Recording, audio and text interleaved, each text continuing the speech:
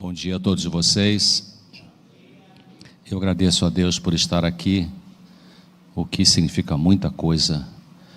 O fato de a gente estar aqui, querido, significa muita coisa. Não sei se você tem pensado nisso, né? Não só em relação à vida física, mas em relação à misericórdia, perdão, restauração, trazer das trevas para a luz. Então agradeço a Deus por esse milagre na nossa vida, né, de estar aqui. E a doutora Mireia e a equipe de saúde dessa igreja pelo convite, agradeço esse convite. E acho uma ousadia o tema que eu vou falar aqui, sobre 1 Coríntios 13, mas eu pensei assim, sabe, essa mensagem de hoje é uma oração, queridos. Essa mensagem de hoje é um pedido que eu faço a Deus. E sobre essa questão do amor, né? Eu ontem, a doutora Mireia me pegou no aeroporto e me levou para o hotel. E eu, quando cheguei no quarto do hotel, eu pensei assim, o que eu estou fazendo aqui? A gente tem que pensar, queridos. Nós temos que pensar. A mídia conspira contra pensar, né? Quer pensar por você, né? Eu estive num congresso de psiquiatria, não muito tempo atrás, e um professor de psiquiatria, professor Gebara, que trabalha com biologia molecular em psiquiatria, que eu estou no pré-mobral disso.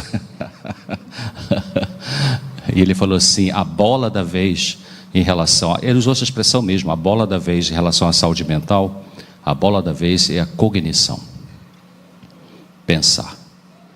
Muito interessante. Muito interessante porque essa autora inspirada por Deus, Ellen White, no livro Mente de Caráter, Personalidade, volume 2, tem um capítulo chamado Hábitos de Pensamento. E o que ela fala ali é isso. A bola da vez é o pensar. Então vamos pensar nessa manhã. E assim como pensei lá no quarto do hotel, o que eu vim fazer aqui, né, nessa cidade. Abra sua Bíblia em João. Eu só estou ansioso com aquele relógio ali, 30 minutos para falar. Desculpe, eu vou transgredir a lei aqui, tá bom? Porque é o que Deus quer e me dê um pouquinho mais de tempo aí. Mas quem precisar sair, fica tranquilo, não tem problema nenhum. Como diz o meu genro, tá tudo certo, tá tudo certo. João, Evangelho de João, capítulo 2, parece, vamos ver aqui. Capítulo 2, não, João capítulo 1, versículo 35. João 1, 35. No dia seguinte, João estava outra vez ali e 2 dos seus discípulos, João Batista, né? E vendo passar Jesus, disse: eis aqui o Cordeiro de Deus. Verso 37. E os 2 discípulos ouviram dizer isso e começaram a seguir Jesus. Você começou a seguir Jesus. E aí Jesus, no verso 38, vira para trás, vendo que aqueles homens estavam seguindo, e fez essa pergunta maravilhosa: o que vocês estão buscando? O que vocês estão buscando aqui hoje de manhã, né? Eu ouvi um psiquiatra que apresenta o programa na TV Novo Tempo, ou na rádio, escreve a Vida de Saúde. Tomara que não. O que vocês estão buscando, queridos? Nós temos que fazer essa pergunta para a gente. O que está buscando na vida, né? Com aquilo que você faz? Seja cozinhar um pão, atender no consultório, fazer uma cirurgia, trabalhar no escritório de contabilidade, cuidar da sua casa, limpar a rua da cidade. Vamos então abrir a Bíblia em 1 Coríntios capítulo 13. 1 Coríntios capítulo 13. Hoje tem tantas coisas em nome de amor, não é verdade? Até não muito tempo atrás fiquei sabendo do poliamor. que é uma coisa que envergonha Sodoma e Gomorra. Então, na primeira carta de Paulo aos Coríntios, capítulo 13, está uma descrição clássica do amor. Nesse livro que eu falei, Mente e Caráter, página 209, você que está visitando essa igreja aqui, que bom que você veio. Se é a primeira vez que você está vindo numa igreja cristã, evangelho, protestante. Queridos, eu vim de uma família muito católica, tradicional católica. Graças a Deus, porque meus pais cuidaram da gente de maneira, 5 filhos, num caminho sério. Até onde pôde, levou a gente para assistir a missa na igreja matriz. Eu sou de Nova Friburgo, a região serrana do Rio de Janeiro. E lá na faculdade de medicina no Rio de Janeiro, veio um colega chato, cri-cri, falar de Bíblia. Bíblia, cara. Graças a Deus que ele foi chato, viu, doutora Mereia? Seja chato, não inconveniente, né? Então, olha, hoje à tarde vai ter aqui uma reunião 5 horas, queridos. Convida alguém, sabe? Convida alguém, só ligar, manda mensagem. Nós temos que trabalhar para fora, temos que trabalhar para fora, o mundo está lá fora. Sabe o que Ellen White diz? Essa autora inspirada? Ela diz de que a expressão que ela usa em português é: a grande massa do povo de Deus está lá fora. E eu costumo dizer assim: os adventistas do 7º dia também são povo de Deus. Não estou falando igreja, denominação, estou falando povo de Deus. Povo de Deus é muito mais do que igreja de Deus, queridos. Então faça isso. Tudo que você não dá, você perde. Dê, né, o que você já tem de luz por estar aqui, e você vai ganhar mais. Então, 1 Coríntios 13, sim, eu disse, bem-vindo vocês que estão vindo a primeira vez aqui. Eu queria que fosse 90% não adventista aqui, mas à tarde pode ser, né? Quem sabe, né? Claro, não só vocês não vão ficar em casa dormindo. Mas então, eu sou protestante, eu não sou evangélico, porque eu protesto contra a mentira. Por isso que eu prefiro me chamar de protestante. Contra a mentira no sentido vasto dessa palavra, né? Engano, distorção da verdade, tudo isso, né? Então, no livro Mente e Caráter, página 209, essa autora inspirada fala assim, de que o amor é o Espírito Santo. E lá vem esse psiquiatra espiritualizar o amor. Mas e o amor eros, e o amor erótico, e o amor romântico e tal? Calma. Assim como no mundo da psicopatologia, das doenças mentais, a mãe da psicopatologia é a angústia. Dela deriva um monte de transtornos. Então, a mãe e o pai do amor, o criador do amor, o amor pessoa é Jesus. Dele deriva o amor que você precisa naquele momento. Se for amor sexual lícito, tá bom. Se for amor romance, bom. Se for amor filantrópico, tá bom. O que você precisa de amor vem dele. Então, só Ele, Jesus, pode nos ensinar e capacitar a amar com equilíbrio as pessoas. Olha a palavra que eu disse: amar com equilíbrio as pessoas. Equilíbrio significa não pender nem para a razão, sendo a pessoa fria afetivamente, e nem pender para a emoção, sendo a pessoa por demais sentimental. Alguém consegue equilibrar isso? Se consegue, me dá a dica. Não é o Rivotril, não é esse Talopram, não é essa turma que faz isso, viu, queridos? Quando a gente lê 1 Coríntios 13, o que você sente? Eu sinto que de mim mesmo eu não consigo amar com esse amor que está escrito aqui. Como diz o americano, I'm sorry. Talvez consiga com uma outra pessoa, mas não com todas as pessoas ainda. E especialmente com algumas eu não consigo ainda. Sabe, eu muitas vezes falei para meus pais, eu parei de ter consultório em 2019, janeiro, atendi até dezembro de 2018, 40 anos de consultório já é um bom tempinho, né? E aí, de 2019 para cá, Deus me chamou para a área de comunicação, palestra, rádio, TV, escrever. Escrevo muito. Escrever é viver para mim. É estar na realidade, é não surtar e precisar de quetiapina aí. Então, a preposição ainda, eu falava muito dos meus pacientes, quando eu falava assim, doutor, mas eu não consigo vencer isso, eu não consigo aquilo. Olha, vamos fazer o seguinte, vamos trabalhar da sua cabeça assim, tá bom, você ainda sente que não consegue, mas diz assim, eu não consigo isso ainda. Coloca a preposição ainda no final, porque tudo que você diz para você, você se torna. A gente se torna aquilo que a gente mais pensa e a gente se torna aquilo que a gente mais contempla. Cuidado com o que você contempla.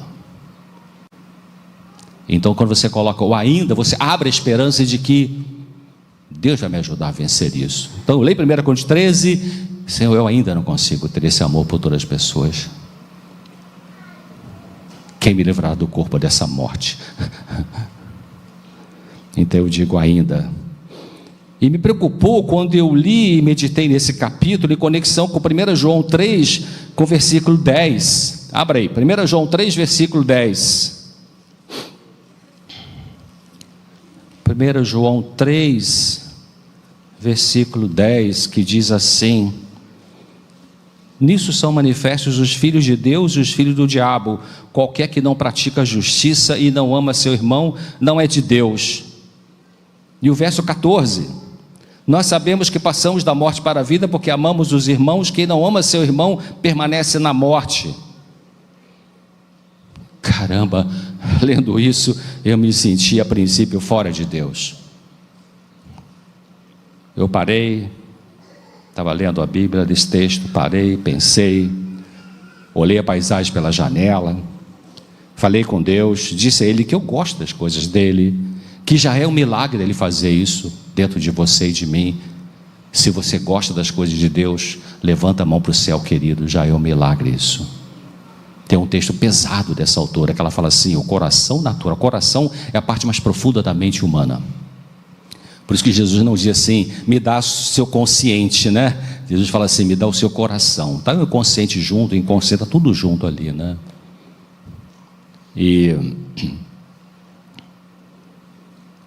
esse texto pesado, Ellen White diz assim, o coração natural tem ódio contra a verdade e contra Jesus. Natural. Por isso que nós cristãos temos que ter uma vida sobrenatural. Isso é possível pela rendição ao Senhor Jesus, um dia de cada vez, uma hora de cada vez, um minuto de cada vez. Sentar no banco do carona e dizer, Senhor, eu preciso que o Senhor dirija a minha vida. A gente gosta muito de dirigir, né? Eu adoro dirigir carro. Dirigir para mim é um relato. Quando eu dirijo, faço tanta coisa sem dirigir, né? Escrevo artigo. Então, eu disse para Deus, mas Senhor, eu gosto das suas coisas, tenho aprendido a gostar. O Senhor tem feito com que eu passe a gostar. E aí voltei a 1 Coríntios 13, lendo que Paulo fala que você pode fazer um monte de coisa importante na vida, pode dar todo o seu dinheiro para os pobres, profetizar, conhecer toda a ciência, fazer pós-graduação, mestrado, doutorado, pós-doutorado, e pode transportar montanhas pela fé, mas se não tiver amor, de nada adianta para a sua saúde completa. Me incomoda esse texto de Paulo, mas, poxa, é duro ler isso em 1 Coríntios 13. No primeiro momento dá a impressão de que as pessoas muito emocionais são aplaudidas por Deus, enquanto que as racionais são desprezadas por Ele. Mas é isso que Paulo está dizendo? Que Deus valoriza as pessoas emocionais, sentimentais, que tem muito amor e tal. Paulo está dizendo que o amor é você ser emocional e o não amor é você ser racional? É isso que ele está dizendo aqui em 1 Coríntios 13? Vamos dar uma olhada então. 1 Coríntios 13. Eu já adianto, não é isso que ele está dizendo. Graças a Deus. 1 Coríntios 13, então,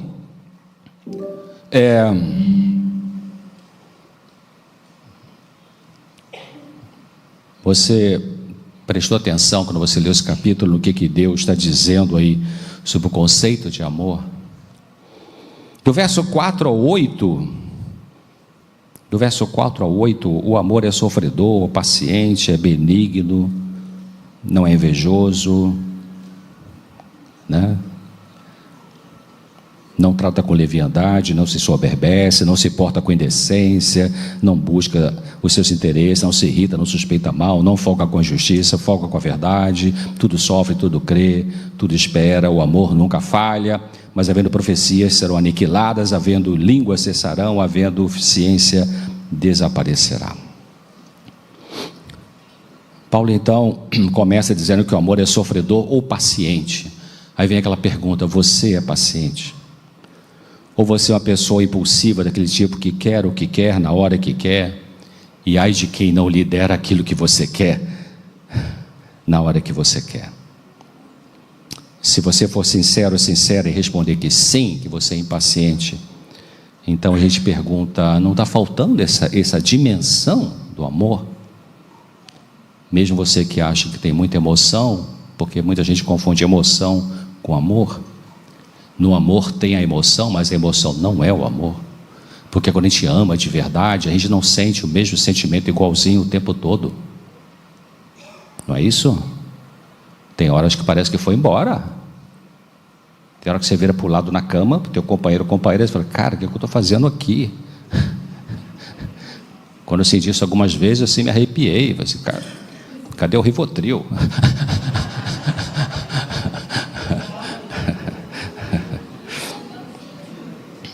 Que não resolve nada nessa questão. Então, algumas pessoas impulsivas podem ser muito afetivas, mas elas podem confundir amor com serem levadas pela emoção. Paulo prossegue dizendo que o amor é benigno, que exercita a bondade. Tem gente muito bondosa, muito ligada, muito caridosa, muito atenciosa, só com seus familiares. No livro do Erich Fromm, A Arte de Amar, tem uma frase maravilhosa. Ele fala assim: o amor maduro é por todas as pessoas. Coisa linda, queridos. Jesus amava os inimigos. Claro, o que vai mudar é o nível de intimidade, né? Você vai dizer: oi querida, te amo, para a moça do caixa do supermercado. Mas você pode ser amável com ela. Você pode ter um sentimento de compaixão por aquela pessoa que está ali ralando na vida para pagar o seu aluguel, etc. Então, muito interessante. Abra sua Bíblia, Mateus capítulo, deixa o dedinho aí em 1 Coríntios 13, que a gente vai voltar. Mateus 12. Abra aí Mateus 12, uma cena que Jesus estava atendendo. Jesus não parava de atender, né, doutora Mireia? Que incrível, né? Como é que era o descanso dele, né? Tinha consulta o tempo todo.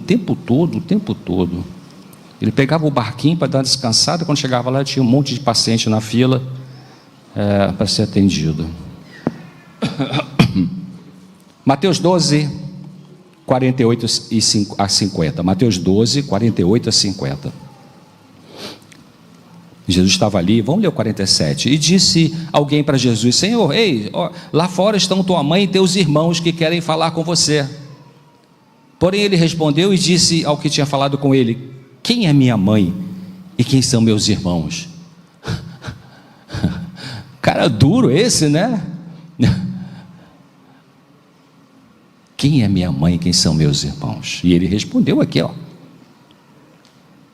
e estendendo a sua mão para os seus discípulos, disse: eis aqui minha mãe e meus irmãos, porque qualquer que fizer a vontade de meu Pai que está nos céus, esse é meu irmão e minha mãe. Então amar maduramente é você ser bondoso com qualquer pessoa. O amor maduro é por todas as pessoas. Você ama assim como Jesus ensinou? Eu ainda não, mas eu prossigo para o alvo, como diz Paulo. Prossigo para o alvo, como diz Paulo, pela graça de Deus, pelo perdão dele. Sem perdão não tem solução. Tem uma filosofia no mundo que fala outra coisa que, né? Sem aquilo não tem solução. Mas o que a Bíblia diz é que sem perdão não tem solução. Sem perdão não podia estar aqui. No verso 4 de 1 Coríntios 13, Paulo fala que o amor não é invejoso, não arde ciúmes. Você, mulher, que se acha muito amorosa e se queixa do seu marido, namorado ou noivo, dizendo que ele é frio e que, portanto, não te ama, e será que existe ciúme no seu coração? O amor maduro não arde ciúmes. Já pensou que ciúme tem que ver com medo da perda? E o medo da perda pode significar uma superconcentração em alguém, como se esse alguém fosse a tábua de salvação da sua vida, em vez de Jesus. Então, se apegar exageradamente a uma pessoa pode não ser só falta de amor maduro, mas também idolatria. Idolatria. Só o Espírito de Deus que pode dizer para você se isso que você sente por essa pessoa com quem você tem um vínculo mais afetivo é idolatria ou não. Eu não. O juiz é Jesus. Eu vivo dizendo isso para mim porque eu tenho tendência a ser juiz. Aliás, queria ser juiz, eu procurei saber, eu ia fazer advocacia já por anos atrás, conversei com um amigo do meu filho que virou magistrado e frequentava muito a nossa casa, e aí me deu as informações, mas quando eu fui ver não dava tempo, pela idade de terminar o direito e dizer ok, e depois entrar para o magistrado. Mas a minha ideia de ser juiz é porque eu anseio por justiça, de qualquer tipo de justiça. Eu já disse para aquele cara, o inimigo, cara, eu posso não chegar no céu, mas Deus vai fazer justiça. Esse monte de corrupto aí vai pagar o preço. Então, queridos, e sobre inveja, né? Provérbios 14:30, dá uma olhadinha lá rapidinho, Provérbios 14:30.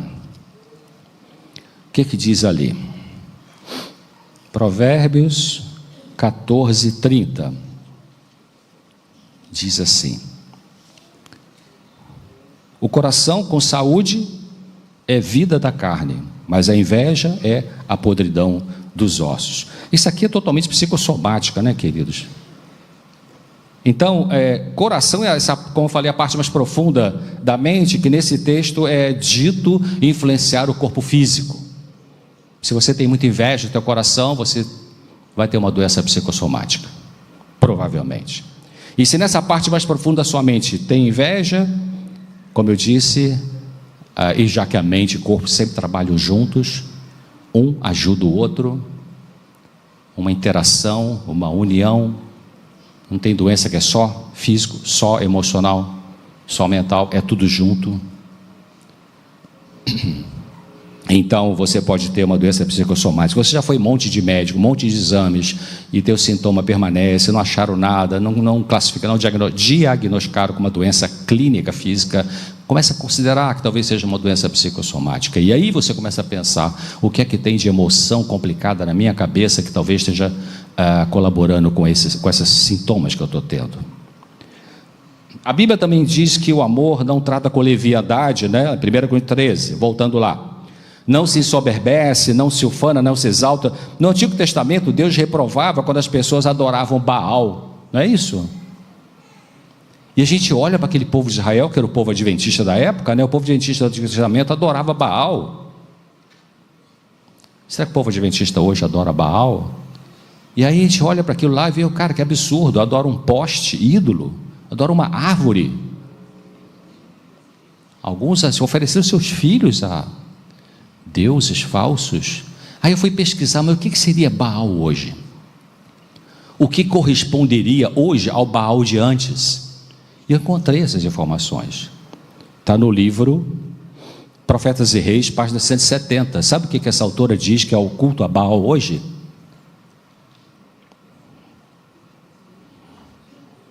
Exaltação do humano sobre o divino, louvor aos líderes populares, culto a Mamon, a riqueza, exaltação dos ensinos da ciência sobre as verdades da revelação da palavra de Deus, exaltação da razão humana sobre a palavra de Deus. Profetas e Reis 170. Então quando você vê aqui à frente, pensa nisso. O desafio da gente vir aqui à frente, queridos, é sair da frente para Jesus aparecer. Porque é dele que a gente precisa. É dele que a gente precisa. Não é de artista do Novo Tempo, enfim, apresentador, enfim, seja o que for. Então a pergunta certa não é quando que a Bíblia vai chegar no que a ciência diz. A pergunta certa é quando é que a ciência vai chegar no que a Bíblia diz. Então temos que acabar com o culto a Baal dentro da nossa igreja, que parece que existe, né? Dessas formas. João 7, verso 18. Dá uma olhadinha aqui. Evangelho de João, capítulo 7, 8 minutos. Isso é pecado, hein? João 7, 18. O que diz ali? Quem fala de si mesmo busca a sua própria glória, mas o que busca a glória daquele que o enviou, esse é verdadeiro e não há nele injustiça. Coisa linda, né? O Senhor Jesus vivia falando do Pai, porque o Pai te ama, o Pai te perdoa, o Pai me mandou para morrer por você. Então, se você e eu temos amor maduro, não ficaremos exaltando as pessoas, as instituições, os projetos humanos ou as realizações humanas acima de Deus ou no lugar de Deus. Paulo, em seguida, lá em 1 Coríntios 13, diz que o amor não se porta com indecência. Delicado isso, né? Você se veste para mostrar às pessoas um corpo bonito que você talvez realmente tem, né? Homem, mulher. Ou você se veste com a ilusão de ter um corpo bonito e quer mostrar o que não tem? Quando você participa de cultos na igreja, você tem consciência de que pode estar usando uma roupa que chama atenção para você, sendo homem ou mulher?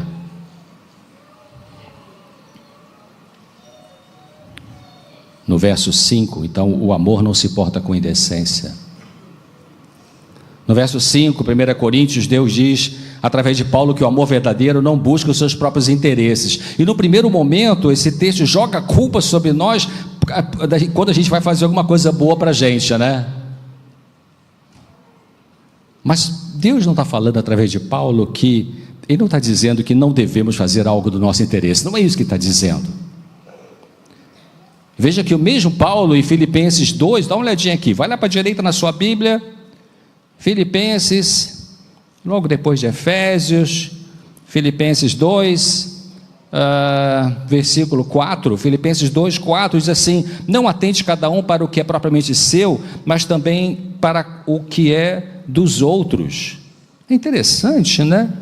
E ele também diz alguma coisa importante aí mesmo em Filipenses, capítulo 3, versículo 12 ao 15, 3, do 12 ao 15, não que eu já tenha alcançado o que seja perfeito, mas prossigo para alcançar aquilo que para o que fui também preso por Cristo Jesus. Irmãos, quanto a mim, não julgo que eu haja alcançado, mas uma coisa eu faço é que, esquecendo-me das coisas que atrás ficam e avançando para as que estão diante de mim, Filipenses 3,14, prossigo para o alvo, pelo prêmio da soberana vocação de Deus em Cristo Jesus. Então você vê que é interessante nesse primeiro texto que eu li, Paulo fala, não atende cada um para o que é propriamente seu, mas também para o que é dos outros.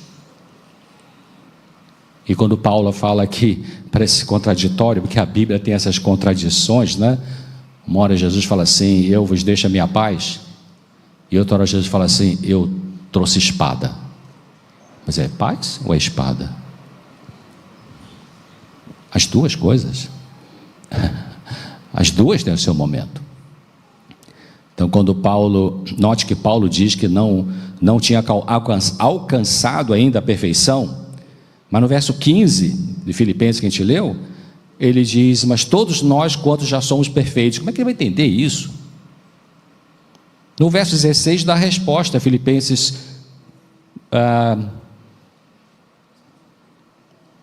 3,16, mas naquilo a que já chegamos, andemos segundo a mesma regra e sintamos o mesmo. Ou seja, na perfeição que você conseguiu atingir até agora, ainda existe muita imperfeição, e em mim nem se fala. O amor que você diz amar pode ser ainda imperfeito, e ninguém deveria desprezar seu jeito de amar naquilo que você conseguiu desenvolver até agora, quanto à habilidade para amar de maneira mais próxima da maturidade bíblica. Assim como você não deve desprezar o que a outra pessoa conseguiu até agora chegar na questão de amar. Eu e você estamos até ali, outro um pouquinho mais para trás.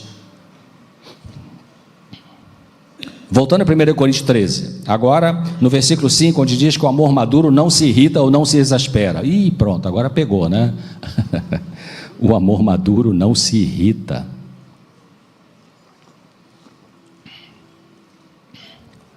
Se você... Eu fui no dicionário da internet e procurei exasperar. Exasperar significa transformar algo em incomodação ou causar sensação irritante, enfurecer-se ou irritar-se.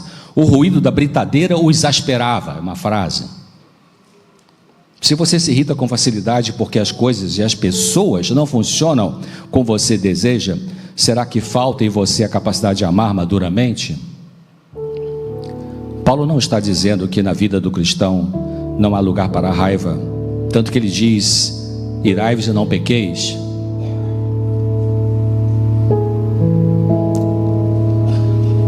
Saúde mental tem muito que ver com você ter a emoção e não deixar a emoção ter você. Ou seja, quando a Bíblia diz irai-vos e não pequeis, quer dizer, você tem a raiva, mas não deixa a raiva ter você. A raiva cabe. Então eu vou ter que pular um monte de coisa aqui, porque o piano começou a tocar. E eu não estou com raiva. Acho que não. A ira se torna pecado quando é causada por motivos egoístas. Depois Paulo fala que o amor não suspeita mal ou não se ressente com mal. Eu ainda quero aprender muito mais a instrução de Jesus sobre ser simples como as pombas e prudente como as serpentes. No mundo competitivo em que as pessoas puxam o nosso tapete por inveja ou maldade pura, mesmo dentro da igreja, da organização, é um desafio não suspeitar mal. E Paulo fala que o amor não folga ou não se alega com a justiça, mas folga ou se regozija com a verdade. E Deus prossegue. Veja no que nós temos que nos alegrar, né, queridos? Pedir a Deus que nos dê essa capacidade. Então Deus prossegue a sua descrição resumida sobre o amor, dizendo que o amor tudo sofre, tudo crê, tudo espera, tudo suporta. Dependentes químicos, como alguns de nós religiosos em outras dependências, podemos ter dificuldade em suportar qualquer sofrimento. É típico o dependente químico ele ter um limiar muito baixo de frustração.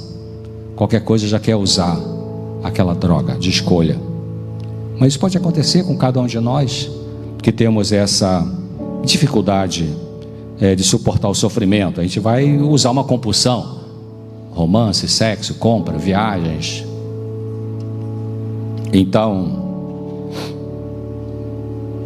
Paulo fala lá no final, no verso 9 e no verso 10, que nós conhecemos em parte, e quando vier aquilo que é perfeito, o parcial será aniquilado. Realmente muito interessante essa fala dele, justamente após a descrição de amor.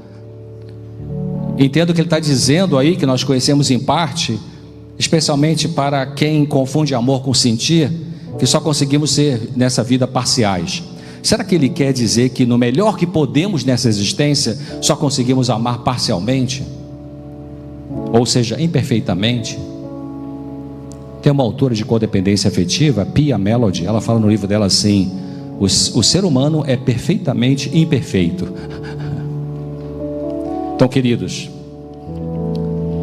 Paulo fala lá em 1 Coríntios 3, lá no verso 11: acabei com as coisas de menino, de menina. Será que acabamos? Se não acabamos, precisamos pedir a Deus que nos dê a capacidade de amar mais maduramente. E você tem certeza que ama maduramente? Você acha que ama maduramente? Ou não sabia que o que você atribuía como amor era talvez mais emoção do que amor maduro? Ou controle, ou domínio, ou obsessão sexual ou outra, ciúmes, paixão cega. E Paulo termina o capítulo 13 de 1 Coríntios dizendo que permanece a fé, a esperança e o amor, mas que o maior desses é o amor. Então, eu termino com esse pensamento aqui. Peçamos a Deus que nos ensine a amar, que nos dê capacidade de amar os outros e a nós mesmos de maneira equilibrada. Que nos perdoe pelo desamor, pela imatura forma de amar que podemos ainda estar manifestando, pelo menos em alguns relacionamentos. Que nos perdoe pela falta de amor que podemos ter por certas pessoas, pessoas difíceis talvez, as quais sozinhos não temos capacidade de amar. Mas se você é essa pessoa difícil, é justo reclamar que você não é amado, não é amada? Peça então perdão a Deus por ser assim, aceite a ajuda que Ele oferece para você ser feita por Ele uma pessoa amável, ou seja, que os outros queiram te amar, que os outros queiram te amar. Agradeçamos a Deus pelo amor com que Ele nos tem amado, pela capacidade de amar que Ele nos tem dado até aqui, até onde conseguimos receber dEle. E agradecemos ao Senhor Jesus pelo amor que temos recebido de pessoas nesse mundo. Queridos, convide alguém para vir hoje à tarde e peçamos ao Senhor, clamemos ao Senhor, briguemos com o Senhor a boa briga, para Ele instalar a capacidade de a gente amar, porque isso é o que sobra. Amém. Eu entendo que eu tenho 2 minutos para oração, mas eu queria rapidinho, 3, 4 pessoas. Você sentiu que Deus falou para você no coração e você quer vir aqui dizer: Senhor, obrigado? Você quer vir falar obrigado? Só isso. O que Ele tocou hoje em você. Quer falar obrigado para o Senhor? Muito obrigado, Senhor, por a oportunidade de vida que o Senhor tem concedido a mim e a todos os meus irmãos. Eu agradeço a Deus pela sua palestra, que muito me abriu a minha mente. Eu estou perguntando para Deus se verdadeiramente eu amo as pessoas e não é sentimento. Muito obrigado, Pai amantíssimo, por eu ter o privilégio, a oportunidade de ouvir um grande psiquiatra. Muito obrigado, Senhor, por tudo que o Senhor tem feito por mim, pela minha família. E muito obrigado por essa palestra maravilhosa, pastor. Obrigado, Senhor, por estar aqui nessa casa, entendendo a intensidade do amor, como você mesmo disse, né? O verdadeiro amor é o amor maduro, aquele capaz de amar a todos. Amém. Sentir que o Pai amado nos dá estar aqui é um verdadeiro milagre. Eu senti e quero ser transformada por esse Deus maravilhoso, que Ele tira tudo que ainda me incomoda dentro de mim e transforme para mim servir Ele de coração e alma. E muito obrigada, pastor, por essa palavra de hoje. Preciso amar mais o meu próximo. Muito obrigado por falar do amor. Então vamos orar. Pai querido, nós oramos em nome do Senhor Jesus, que é a nossa força, a nossa rocha, a nossa luz, a nossa sabedoria, o nosso amigo, o nosso Salvador. E pedimos perdão pelos nossos pecados. Pai, nos dê o desejo de desejar amar as pessoas que nós não queremos amar de nós mesmos. Quebre o egoísmo do nosso coração, o medo de amar. Nos dê essa capacitação que só pode vir de Ti. Nos perdoe pelas pessoas que nós não amamos no passado, no presente, e que só espera que a gente ame para representar o Senhor para elas. Pai, nos dê essa vitória e a força para aguentar a solidão de que às vezes amando algumas pessoas pelo seu poder, elas podem não valorizar isso. E também podemos ser amados de verdade por alguém e não valorizar isso também. Nos perdoe por isso. Ajude aqui essa igreja, os visitantes que estiveram aqui, para que saiamos com essa graça de amar um pouquinho mais daqui para frente, um dia de cada vez, em nome de Jesus, amém.